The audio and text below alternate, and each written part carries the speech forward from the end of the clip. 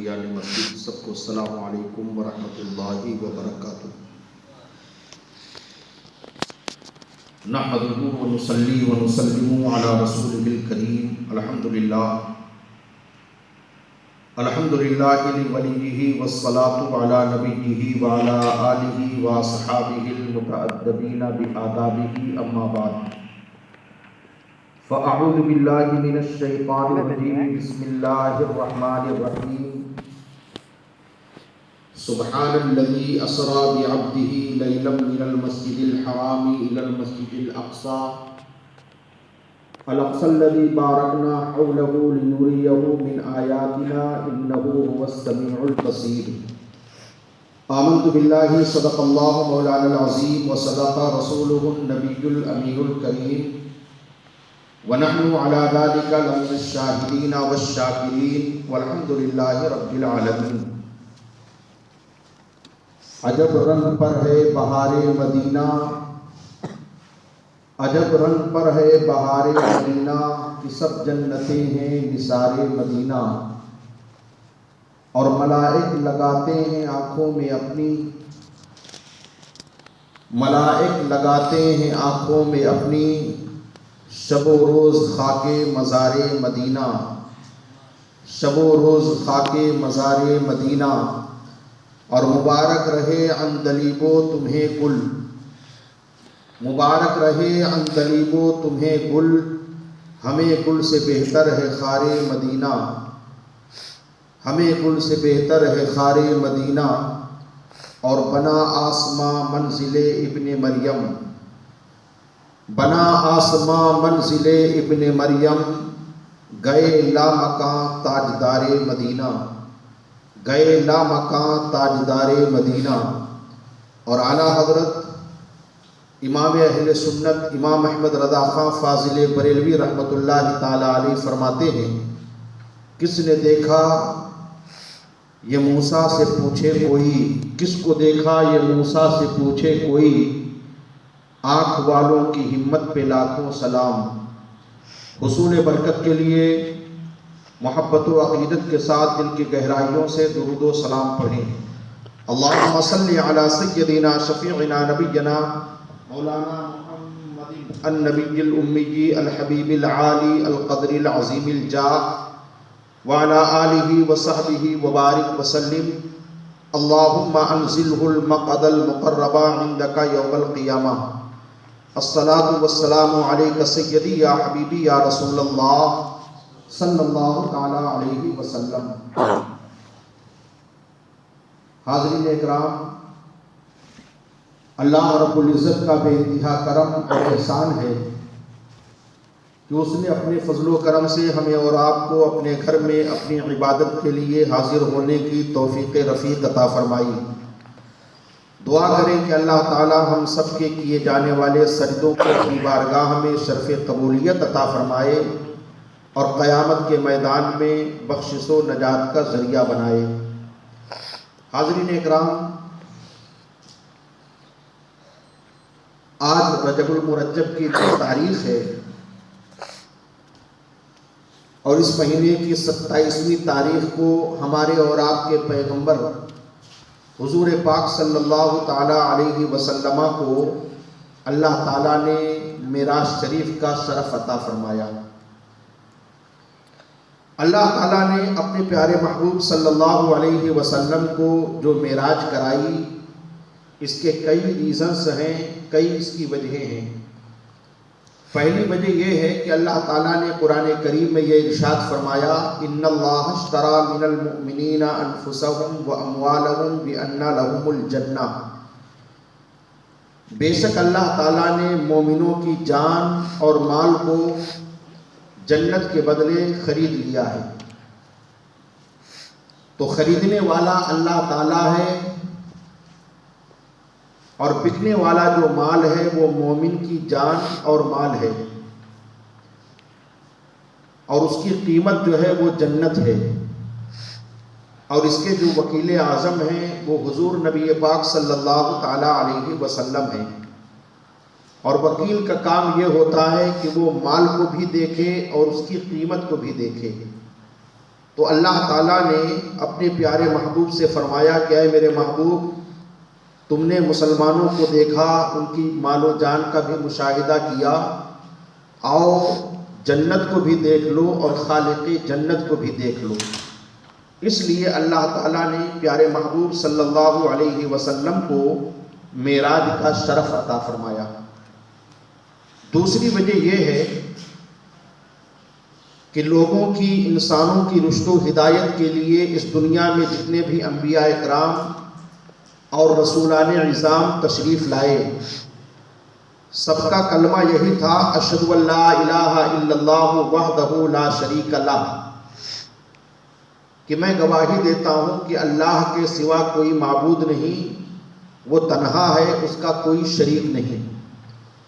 لیکن کسی نبی نے، کسی رسول نے اللہ تعالیٰ کو دیکھا نہیں تھا، اور گواہی کا اختتام، شہادت کی انتہا اور وٹنس کا اینڈ دیکھنے پر ہوتا ہے۔ اب چونکہ نبی پاک صلی اللہ علیہ وسلم یہ آخری نبی تھے، قیامت تک اب آپ کے بعد کوئی دوسرا نبی آنے والا نہیں تھا، اس لیے اللہ تعالیٰ نے اپنے پیارے محبوب صلی اللہ علیہ وسلم کو یہ معراج کا معجزہ عطا فرمایا کہ اے میرے محبوب، آ کر کے مجھے دیکھ لو، تاکہ گواہی اور اس گواہی کی جو شہادت ہے یہ اختتام پذیر ہو جائے، تمہارے بعد نہ کسی نبی کی ضرورت باقی رہے اور نہ کسی شہادت کی ضرورت باقی رہے۔ اس لیے اللہ تبارک و تعالیٰ نے اپنے پیارے محبوب صلی اللہ علیہ وسلم کو معراج کا معجزہ عطا فرمایا۔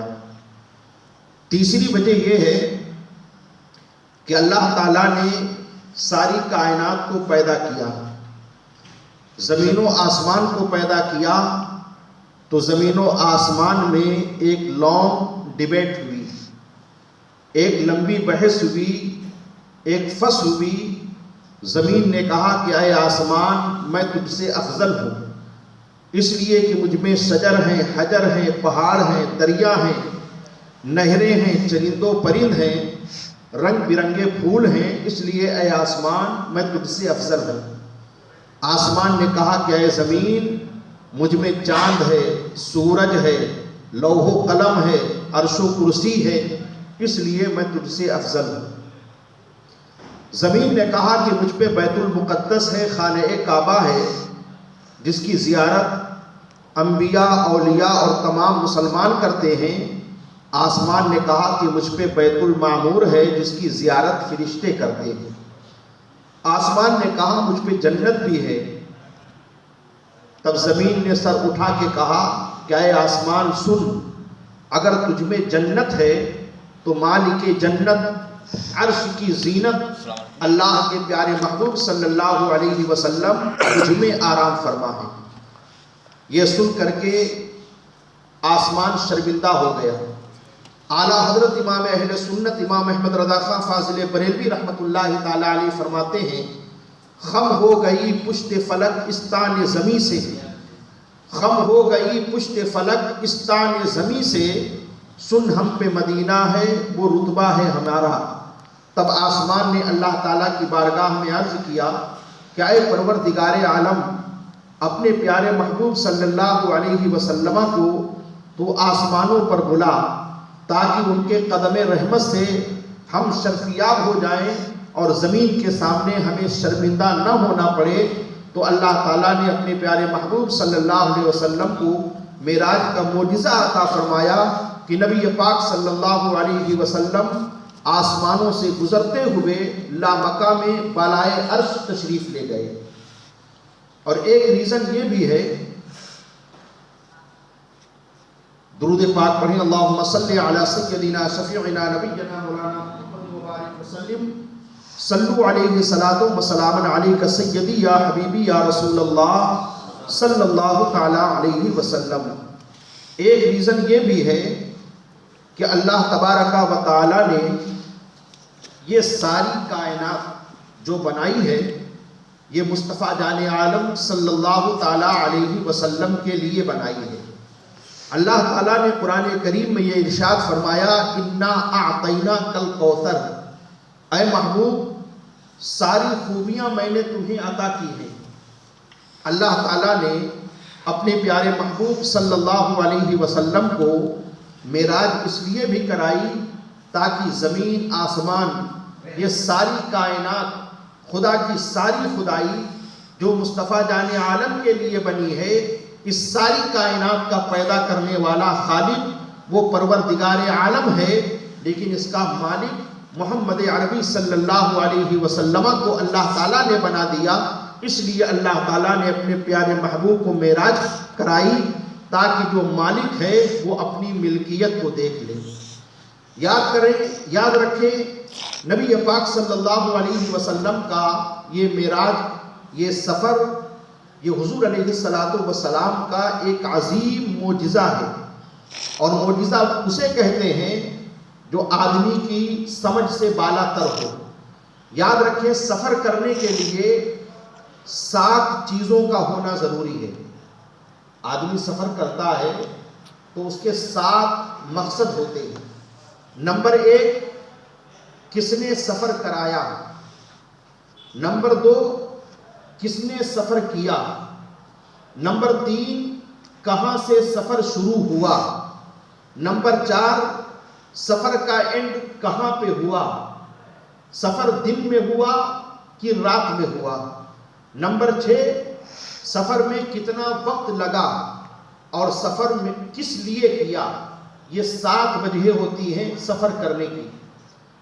جو آیت کریمہ میں نے تلاوت کی، سبحان الذی اسری بعبدہ لیلا من المسجد الحرام الی المسجد الاقصی الذی بارکنا حولہ لنریہ من آیاتنا، تو اللہ تعالیٰ نے اس میں 7 چیزوں کا ذکر کیا ہے۔ سفر کرانے والا کون ہے؟ سبحان یعنی اللہ تعالیٰ ہے۔ سفر کرنے والے کون ہیں؟ بعبدہ، اس کے محبوب یعنی ہمارے اور آپ کے پیغمبر نبی پاک صلی اللہ علیہ وسلم۔ سفر ہوا کب؟ رات میں ہوا۔ کہاں سے ہوا؟ مسجد حرام سے ہوا۔ کہاں تک ہوا؟ مسجد اقصی تک ہوا۔ کتنا وقت لگا؟ لیلن یعنی رات کا مختصر تھوڑا سا حصہ۔ اور کس لیے سفر ہوا؟ لنریہ من آیاتنا، تاکہ ہم اپنے محبوب کو بڑی بڑی نشانیاں دکھائیں۔ حضرات، دنیا کا کوئی انسان جب کسی چیز کے لیے، کسی کو دیکھنے کے لیے کوئی مقصد ہوتا ہے، سفر کرتا ہے، تو دیکھنے کے لیے وہ رات میں سفر کرتا ہے، دن کے اجالے میں سفر کرتا ہے۔ لیکن اللہ تعالیٰ نے اپنے پیارے محبوب صلی اللہ علیہ وسلم کو جو یہ سفر کرایا تو رجب کی 27ویں تاریخ کو کرایا، اور 27ویں تاریخ وہ تاریخ ہوتی ہے جس میں چاند نظر نہیں آتا۔ تو اتنی تاریک رات میں، سخت اندھیرے میں اللہ تعالیٰ نے اپنے محبوب کو یہ سفر کیوں کرایا؟ اللہ تعالیٰ اپنے محبوب کی عظمت کو بتانا چاہتا ہے کہ اے دنیا والوں، میرا محبوب وہ ہے نہ چاند کی چاندنی کا محتاج ہے، نہ سورج کی روشنی کا محتاج ہے، بلکہ چاند کی چاندنی ہو، سورج کی روشنی ہو، ستاروں کی چمک دمک ہو، یہ سب میرے محبوب کا صدقہ ہے۔ اس لیے میرے محبوب کو چاند کی چاندنی میں یا سورج کی روشنی میں سفر کرنے کی ضرورت نہیں ہے، یہ ساری کائنات میرے نبی کے نور کا صدقہ ہے۔ جبھی تو اعلیٰ حضرت امام اہل سنت فرماتے ہیں، یا رسول اللہ، چمک تجھ سے پاتے ہیں سب پانے والے، میرا دل بھی چمکا دے چمکانے والے۔ اور اللہ تعالیٰ نے ہر نبی کو معراج کرائی۔ حضرت آدم علیہ السلام کی معراج یہ ہے کہ اللہ تعالیٰ نے فرشتوں سے آپ کا سجدہ کرایا۔ حضرت ابراہیم علیہ السلام کی معراج یہ ہے کہ آپ پر نار نمرود یہ گلے گلزار ہو گئی۔ حضرت موسیٰ علیہ السلام کی معراج یہ ہے کہ آپ نے کوہ طور پر اللہ تعالیٰ سے ہم کلامی کا شرف حاصل کیا۔ حضرت عیسیٰ علیہ السلام کی معراج یہ ہے کہ اللہ تعالیٰ نے آپ کو زندہ آسمانوں پر اٹھا لیا۔ یاد رکھیں، اس دنیا میں جتنے بھی نبی آئے، اللہ تعالیٰ نے ہر نبی کو نبوت کی دلیل کے لیے کوئی نہ کوئی معجزہ عطا فرمایا، کوئی نہ کوئی کمال ضرور عطا فرمایا، لیکن ہمارے نبی، ہمارے اور آپ کے پیغمبر، ان کی شان یہ ہے کہ اللہ تعالیٰ نے سراپا معجزہ بنا کر کے بھیجا ہے۔ اور نبی آئے، سب کمال والے آئے، لیکن یاد رکھیں ہمارا نبی تمام کمالوں کا، تمام کمالات کا مجموعہ بن کر کے اس دنیا میں تشریف لایا۔ یہی وجہ ہے کہ جتنے انبیاء اکرام اس دنیا میں تشریف لائے، ہر نبی کے معجزہ، ہر نبی کو جو معجزے دیے گئے، وہ تمام معجزے ہمارے اور آپ کے پیغمبر نبی پاک صلی اللہ علیہ وسلم کو اللہ تعالیٰ نے عطا فرما دیے۔ ہمارے نبی میں آدم کی آدمیت بھی ہے، شیش کی معرفت بھی ہے، نوح کی شجاعت بھی ہے، ابراہیم کی خلت بھی ہے، اسماعیل کی زبان بھی ہے، صالح کی فصاحت بھی ہے، لوط کی حکمت بھی ہے، یعقوب کی بشارت بھی ہے، موسیٰ کا جلال بھی ہے، ایوب کا صبر بھی ہے، دانیال کی محبت بھی ہے، الیاس کا وقار بھی ہے، یحییٰ کی عصمت بھی ہے، دم عیسیٰ کا اعجاز بھی ہے۔ اسی لیے کہنے والے نے کہا حسن یوسف دم عیسیٰ ید بیضا داری، آچے طوبہ ہم دارن تو تنہا داری۔ اور خدا نے ایک محمد پہ رکھ دیا سب کچھ، کریم کا کرم بے حساب کیا کہنا۔ اور اعلیٰ حضرت امام اہل سنت فرماتے ہیں ذات بھی انتخاب وصف ہوئے لاجواب، نام ہوا مصطفیٰ تم پہ کروڑوں درود۔ حضرت موسیٰ علیہ السلام کی معراج کوہ طور پر ہوئی۔ حضرت موسیٰ علیہ السلام کے لیے حکم ہوتا ہے کہ اے موسیٰ 40 دن روزہ رکھو، عبادت کرو، کوہ طور پر آؤ۔ حضرت موسیٰ علیہ السلام روزہ رکھتے ہیں، قیام کرتے ہیں، عبادت کرتے ہیں۔ جب کوہ طور پر حاضر ہوتے ہیں، حکم ہوتا ہے موسیٰ فخلا نعلیک انکا بالوادی المقدس طویٰ، تم مبارک سرزمین پر آئے ہو، اپنے جوتوں کو اتار لو۔ یہی سے یہ مسئلہ بھی حل ہو گیا کہ اگر ہم کسی اہم جگہ پر جائیں، چاہے وہ قبرستان ہو، چاہے وہ مسجد ہو، چاہے وہ کسی اللہ والے کا آستانہ ہو، تو ہم جوتے پہن کر کے نہ جائیں۔ ادب کا تقاضا یہ ہے کہ ہم جوتوں کو اتار کر کے ننگے پیر جائیں۔ حضرت موسیٰ علیہ السلام جب کوہ طور پر پہنچے، اللہ تبارک و تعالیٰ نے حضرت موسیٰ علیہ السلام سے جب بات کی، اللہ تعالیٰ نے کلام فرمایا، تو حضرت موسیٰ علیہ السلام عرض کرتے ہیں مولا میں تجھے دیکھنا چاہتا ہوں۔ حضرت موسیٰ علیہ السلام نے جب دیکھنے کا تقاضا کیا تو اللہ نے فرمایا اے موسیٰ لن ترانی، تم مجھے دیکھ نہیں سکتے۔ اشارہ اس بات کی طرف ہے کہ اے موسیٰ ایسا نہیں ہے کہ میں دکھا نہیں سکتا ہوں، لیکن تمہاری آنکھوں میں وہ طاقت نہیں ہے، تمہاری آنکھوں میں وہ قوت نہیں ہے کہ تم مجھے دیکھ سکو۔ لیکن حضرت موسیٰ علیہ السلام جب بار بار یہ عرض کرتے ہیں کہ اے مولا میں تجھے دیکھنا چاہتا ہوں، اللہ تبارک و تعالیٰ نے کرم فرمایا، حضرت موسیٰ علیہ السلام کے دل کو نہیں توڑا۔ فرمایا موسیٰ اگر تم دیکھنا چاہتے ہو تو اس پہاڑ کی طرف دیکھو۔ قرآن فرماتا ہے انظر الی الجبل فإن استقر مکانہ فسوف ترانی فلما تجلی ربہ للجبل جعلہ دکا وخر موسیٰ صعیقا۔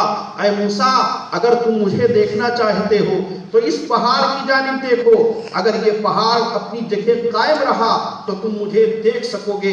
حضرت موسیٰ علیہ السلام جب پہاڑ کی طرف دیکھتے ہیں تو اللہ تبارک و تعالی اپنے صفات کی ایک تجلی جو سوئی کے ناکے کے 1000ویں حصے سے بھی کم تھی، جب اللہ نے پہاڑ پر وہ تجلی ڈالی تو وہ پہاڑ جل کر کے خاکستر ہو گیا، بالکل جل کر کے خاک ہو گیا، اور حضرت موسیٰ علیہ السلام بے ہوش ہو کر کے زمین پر لیٹ گئے۔ اور جب حضرت موسیٰ علیہ السلام ہوش میں آئے تو آپ نے اللہ کی بارگاہ میں عرض کیا سبحانکا، اے پروردگار عالم باقی ہے تیرے لیے۔ حضرت موسیٰ علیہ السلام عرض کرتے ہیں مولا تیرا شکر ہے کہ تو نے مجھے وہ مقام عطا کیا جو کسی کو عطا نہیں کیا۔ اللہ نے فرمایا اے موسیٰ اگر میری توحید پر یقین رکھتے ہو تو میری توحید کے ساتھ ساتھ میرے محبوب کی محبت کو بھی لازم پکڑ لو۔ حضرت موسیٰ علیہ السلام عرض کرتے ہیں اے پروردگار عالم، کیا تیری توحید پر یقین رکھنے کے لیے تیرے محبوب کی محبت لازم ہے؟ تو اللہ تعالیٰ نے فرمایا کہ اے موسیٰ سنو، اگر محمد اور ان کی امت کو پیدا کرنا مقصود نہ ہوتا تو میں یہ ساری کائنات کو پیدا نہیں کرتا۔ میں نے زمین کو پیدا کیا، میں نے آسمان کو پیدا کیا، یہ ساری چیزیں جو میں نے پیدا کی ہیں یہ میں نے اپنے محبوب کے لیے پیدا کی ہیں۔ اور اے موسیٰ، اگر میں اپنے محبوب کو پیدا کرنا مجھے مقصود نہ ہوتا تو میں یہ کائنات کو پیدا نہیں کرتا۔ اے موسیٰ تم بھی پیدا نہیں ہوتے۔ حضرت موسیٰ علیہ السلام عرض کرتے ہیں اے پروردگار عالم، تو نے مجھے اپنا کلیم بنایا اور یہ تیرے محبوب جو تیرے حبیب ہیں، ان دونوں میں فرق کیا ہے؟ اللہ تعالیٰ نے فرمایا کہ اے موسیٰ، کلیم وہ ہے جو خدا کی بارگاہ میں بار بار عرض کرے مولا میں تجھے دیکھنا چاہتا ہوں، اور رب کی بارگاہ سے بار بار یہ جواب آئے لن ترانی، تم مجھے دیکھ نہیں سکتے۔ اور حبیب وہ ہے جو بستر پہ لیٹا ہوا ہو، استراحت ہو اور اللہ کی بارگاہ سے بار بار وصال اور دیدار کے تقاضے ہو رہے ہوں۔ اے موسیٰ، کلیم وہ ہے جو خدا کو دیکھنے کی تمنا کرے، اور حبیب وہ ہے جس کو خود دیکھنے کے لیے یعنی خدا خود اس کو اپنی بارگاہ میں بلائے۔ اور یاد رکھو موسیٰ، کلیم وہ ہے جو خدا کی رضا چاہتا ہو، اور حبیب وہ ہے جس کی رضا خود خدا چاہتا ہو۔ اسی لیے اعلیٰ حضرت امام اہل سنت فرماتے ہیں یا رسول اللہ، خدا کی رضا چاہتے ہیں دو عالم، خدا چاہتا ہے رضائے محمد۔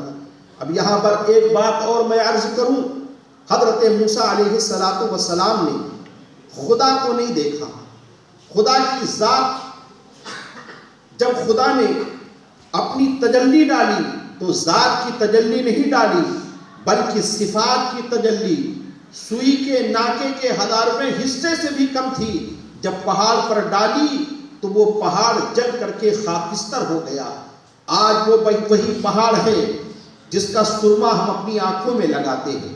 یہ میرے آقا صلی اللہ تعالی علیہ وسلم کی ایک عظیم سنت ہے۔ اور یاد رکھیں، غور کریں کہ اگر آنکھ میں کوئی چیز پڑ جائے، گرد و غبار پڑ جائے تو آنکھوں کا کھولنا مشکل ہو جاتا ہے، لیکن اگر ہم سرما لگاتے ہیں تو یہ وہی سرما ہے جس پر اللہ نے اپنی تجلی کو ڈالا تھا، تو اس کو لگانے سے ہماری آپ کی آنکھوں میں بینائی پیدا ہوتی ہے۔ حضور حافظ ملت رحمت اللہ تعالی علیہ ایک مرتبہ ٹرین میں سفر کر رہے تھے، سامنے ایک ڈاکٹر بیٹھا ہوا تھا۔ اس نے دیکھا کہ آپ کی آنکھوں میں بچوں کی طریقے سے چمک ہے۔ اس نے کہا بابا آپ کون سی چیز ایسی استعمال کرتے ہیں کہ میں دیکھ رہا ہوں کہ آپ کی آنکھوں میں بچوں کی طریقے سے چمک ہے؟ تو حافظ ملت رحمت اللہ تعالی علیہ فرماتے ہیں میں کوئی دوا استعمال نہیں کرتا ہوں، آنکھوں کی چمک کے لیے کوئی غذا استعمال نہیں کرتا ہوں، لیکن ہاں رات میں سوتے وقت اپنے محبوب کی سنت کے مطابق میں 3 سلائیاں سرمے کی لگا لیتا ہوں۔ یہ اسی کی برکت ہے کہ اللہ تعالیٰ نے میری آنکھوں کی جو چمک ہے اس کو برقرار رکھا ہے۔ حضرات، یہ مختصر سا واقعہ جو میں نے معراج شریف کے تعلق سے آپ کے سامنے بیان کیا ہے، انشاءاللہ تعالیٰ آنے والے دنوں میں اس کو میں کمپلیٹ کرنے کی کوشش کروں گا۔